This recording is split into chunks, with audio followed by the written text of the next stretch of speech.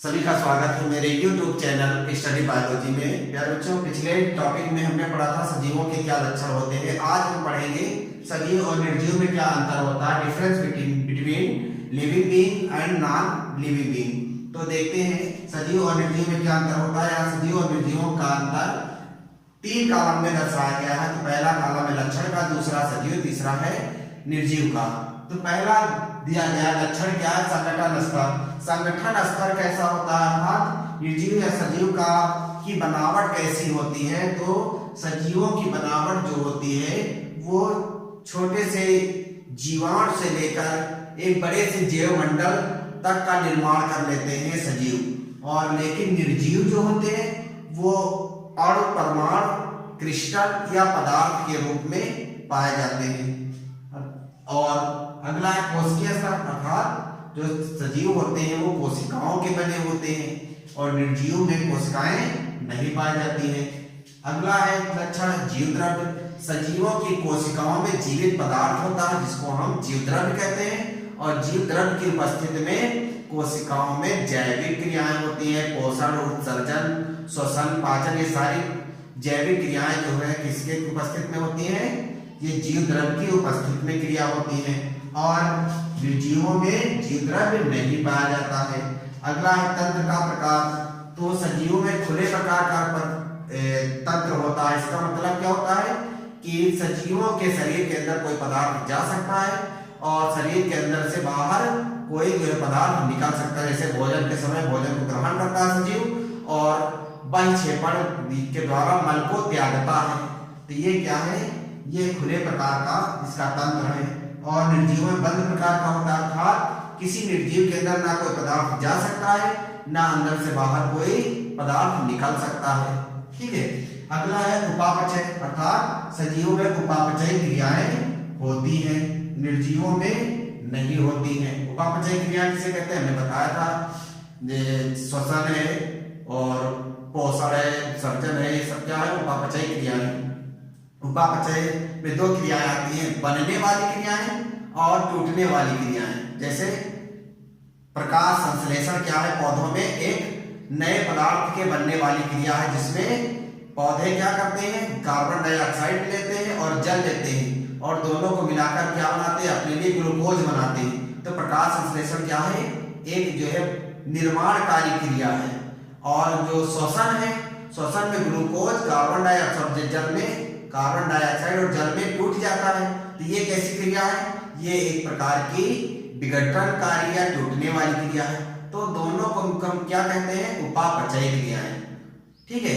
तो ये उपापचय क्रियाएं किसमें, सजीवों में पाई जाती है लेकिन निर्जीवों में नहीं पाई जाती। अगली स्थैतिक, अर्थात सभी जीव अपने वातावरणीय दशाओं के अनुकूल अपने आप को समस्थैतिक या समान स्थिति में बनाए रखते हैं। ठीक है। उसमें किसी प्रकार के चेंजेस नहीं होते क्योंकि जानते हैं सजीवों में हार्मोन्स पाए जाते हैं और वो हार्मोन्स किसी जीव को समान स्थिति में बनाए रखते हैं। और निर्जीवों में ऐसी कोई व्यवस्था नहीं होती है। ठीक है। अगला है अनुक्रिया। प्रत्येक जीव किसी बाह्य उद्दीपक के प्रति अनुक्रिया करते हैं। जैसे आपके सामने एक इमली दिखा दी जाए तो मुंह में पानी आ जाती है, तो इमली को देखकर शरीर के जो लार ग्रंथियां हैं वो अनुक्रिया करने लगती, लार का निर्माण करने लगती, सिक्रेशन करने लगती हैं। तो ये क्या है, प्रकार की अनुक्रिया। लेकिन निर्जीव के पास चाहे जो भी चीज ले जाए उसके अंदर किसी प्रकार का परिवर्तन नहीं होता, वो किसी प्रकार का अनुक्रिया नहीं करता है। अगला है जनन। सजीव जो होते हैं जनन के द्वारा अपनी संख्या में वृद्धि करते हैं, अपनी जैसी संतानों को उत्पन्न करते हैं। लेकिन निर्जीव अपनी जैसी संतान नहीं उत्पन्न करते हैं, उनकी जैसी कोई नई संतानें, नए रूप नहीं बनते हैं। अगला वृद्धि व विकास। सजीवों में वृद्धि होती है और विकास होता है, शारीरिक वृद्धि हो या मानसिक विकास हो, तो इस तरह की गतिविधियां होती हैं, लेकिन निर्जीवों में नहीं होता है। और अनुकूलन। प्रत्येक जीव जो होता है अपने बदलते वातावरणीय दशाओं के अनुरूप अनुकूलन करता है, अर्थात अपने आप को जीवित बनाए रखने के लिए अनुकूलित रहता है। जैसे कोई निर्जीव पदार्थ है, निर्जीव लकड़ी है, वो बारिश में भीग रही है तो सड़ जाती है, अर्थात वो अनुकूलन अपने आप को नहीं बचा पाती बारिश से। लेकिन कोई सजीव होता है तो अपने बारिश से अपने आप को बचा ले जाता है। तो ये क्या है? अनुकूलन है। तो सजीवों में अनुकूलन होता है लेकिन निर्जीवों में अनुकूलन नहीं होता है। इसके बाद अगला टॉपिक दिया गया है जैव विविधता, बायोडायवर्सिटी। बायोडायवर्सिटी का अर्थ होता है जीवों की विविधता। किसी भी भौगोलिक क्षेत्र में रंग, रूप, आकार आदि के आधार पर विभिन्न प्रकार की जीव जातियों का पाया जाना जैव विविधता कहलाता है। ठीक है, हमारी पृथ्वी पर लगभग 1.8 मिलियन या 18 लाख प्रजातियां विद्यमान है। एक छोटे से मैदान को ले लेते हैं, घास का मैदान ले लेते हैं, उसमें टिड्डा, तितली, गिरगिट, छिपकली, सर्प, ये सब जीव जंतु या छोटे पौधे उपस्थित होते हैं। तो ये क्या है? देखिए, एक छोटे से मैदान में विभिन्न प्रकार के जीव की प्रजातियां पाई जाती हैं। इस प्रकार से दुनिया में बहुत से प्रकार की प्रजातियां पाई जाती हैं। तो ये क्या है? जैव विविधता है। ठीक है, उसके बाद वर्गीकरण, अगला टॉपिक दिया गया वर्गीकरण, क्लासिफिकेशन। क्लासिफिकेशन क्या होता है? आप जानते हैं पृथ्वी पर जीवों की ढेर सारी विविधताएं हैं, ढेर सारी प्रजातियां पाई जाती हैं।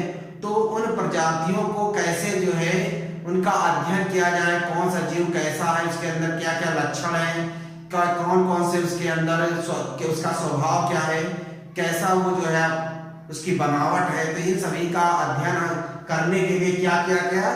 जीवों का वर्गीकरण किया गया, अर्थात जीवों की पहचान करके उनका नामकरण किया जाता है और किसी विशेष समूह में उनको रखा जाता है। ठीक है, जीवों की पहचान कर, नामकरण कर किसी विशेष समूह में वर्गीकृत करना वर्गीकरण कहलाता है। ठीक है, तो वर्गीकरण क्यों किया जाता है? यहाँ पर कुछ पॉइंट दिए गए हैं, अर्थात पहला पॉइंट दिया गया सार्वभौमिक पहचान। वर्गीकरण से किसी भी जीव की सार्वभौमिक पहचान मिलती है। सारी दुनिया में किसी जीव को एक नाम से जाना जाता है, अन्यथा स्थानीय क्षेत्रों में किसी जीव को अलग अलग नामों से जानते। जैसे अगर मान ले इंडिया में, भारत में जो है कौवा को कौवा कहते हैं या तोता को तोता कहते हैं, लेकिन इंग्लैंड चले जाइए तो वहां पर पैरोट, तोता को पैरोट बोलते हैं या जो है कौवा को क्रो कहते हैं। तो इस प्रकार दो नाम हो गए। लेकिन वर्गीकरण के द्वारा किसी जीव का वैज्ञानिक नामकरण किया जाता है, जिससे किसी जीव को एक नाम से ही जाना जाता है। ठीक है, तो एक उसकी अपनी जो है सार्वभौमिक पहचान बन जाती है। अगला है समान लक्षणों वाले जीवों की अध्ययन में सरलता होती है। जो वर्गीकरण के द्वारा हम किसी जीवों के लक्षणों का अध्ययन कर लेते हैं। वर्गीकरण में अलग अलग प्रकार के जीवों को वर्गीकृत किया गया है। समान प्रकार के लक्षणों वाले जीवों को एक अलग समूह में रखा गया है, दूसरे समान प्रकार के लक्षणों वाले जीवों को अलग समूह में रखा गया। इस तरह से अगर हम प्रत्येक वर्गों के लक्षणों को जानते हैं तो जो समान लक्षण वाले हैं कोई जंतु हैं तो उनके लक्षण हम पहचान कर सकते हैं, उनकी पहचान की जा सकती है। जैसे कोई जंतु हमको मिल गया, कोई जैसे अगला दिया गया नए खोजे गए जीवों की समानता के आधार पर अध्ययन किया जा सकता है। कोई जंतु नया जंतु मिल गया तो उसका अध्ययन हम किसी वर्ग के समूह के जातियों की समानता के आधार पर उसके लक्षणों की पहचान करते हैं कि ये जंतु किस वर्ग के लक्षण से समानता दर्शाता है। तो यदि उसकी समानता उस वर्ग के समूह से हो जाती है तो हम मान लेते हैं कि ये जंतु फला वर्ग के अंतर्गत आता है। ठीक है, अगला दिया गया जात वृत्तीय संबंध का ज्ञान होता है। जात वृत्ति अर्थात किसी भी जीव का भ्रूणीय विकास कैसे हुआ है, इसका हमें ज्ञान होता है। कौन सा जीव शिशु से लेकर एडल्ट तक, वयस्क तक उसका कैसे विकास हुआ है, इसका ज्ञान हमें इससे वर्गीकरण से प्राप्त हो जाता है। वर्गीकरण से हमें जीवों के विकास के क्रम का भी ज्ञान होता है। ठीक है, अगला है जीवाश्म का अध्ययन। जीवाश्म का अध्ययन जैसे चट्टानों के अंदर बहुत ढेर सारे जो है जीवों के अवशेष जो है दबे हुए पड़े हैं, तो उन जीवाश्मों को निकाल कर उन जीवाश्मों के क्या क्या लक्षण हैं, तो वर्गीकरण के लक्षणों के आधार पर उनकी समानता की जाती है और फिर उनको उस वर्ग में रखा जाता है कि ये जो अवशेष प्राप्त हुए हैं ये उस वर्ग के अंतर्गत आते हैं। ठीक है, अगला संयोजक कणियों का ज्ञान, संयोजक कड़ियों का ज्ञान। कुछ जंतु ऐसे होते हैं जो दो वर्गों के लक्षणों को धारण किए होते हैं, जैसे नियोप्लाना है और छोड़े नियोप्लाना को ले लेते हैं। तो और भी कई प्रकार के हैं, जैसे आपका जो है अजगर है, उसके पहले पैर पाए जाते थे लेकिन अब नहीं पाए जाते हैं। तो वो जो है सरीसृप और ये अन्य जंतुओं के समान लक्षण रखते हैं।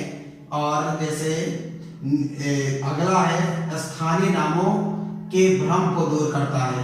ठीक है, स्थानीय नामों के भ्रम को दूर करता है कौन सा? वर्गीकरण। वर्गीकरण के द्वारा किसी स्थानीय स्थानों पर या स्थानीय क्षेत्रों में अलग अलग जीवों को अलग अलग नामों से जाना जाता है, लेकिन जब वर्गीकरण के द्वारा उसका कोई एक विशेष नाम दे दिया जाता है तो उसका जो एक भ्रम है कि अलग अलग नामों से जाना जाता है, वो भ्रम दूर हो जाता है।